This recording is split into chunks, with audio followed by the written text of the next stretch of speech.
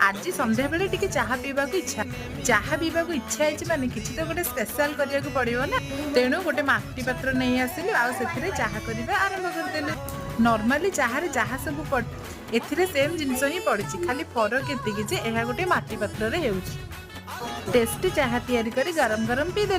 तापर चलू पार्सल खोलिबा को। बहुत दिन है तीनटा पार्सल आसिक थुआइला किंतु आमे ताको खोली नथिलु। प्रथम पार्सल टी फ्लिपकार्ट रो आस्तिला आ ताहा हेउछि ड्राई फ्रूट्स। देखंतु एथरे बहुत सारा ड्राई फ्रूट्स थिला जहारो कि माने ना भी आमे मध्ये अधे फ्रूट्स रो जान नथिलु किंतु प्राइस अनुसार भलो थिला। तापर आ दुटा पार्सल पर्पल रो आस्तिला।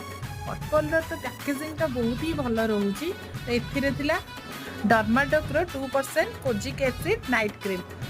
तापर चली गले आ गोटे पार्सल खोलिबा पई। एथरे हेयर पे गोटे वाटर थिला, रोजमेरी वाटर। यार रिजल्ट बहुत भलो, आपण माने भी ट्राई करंतु। आ कहंतु रहिलो जय जगन्नाथ।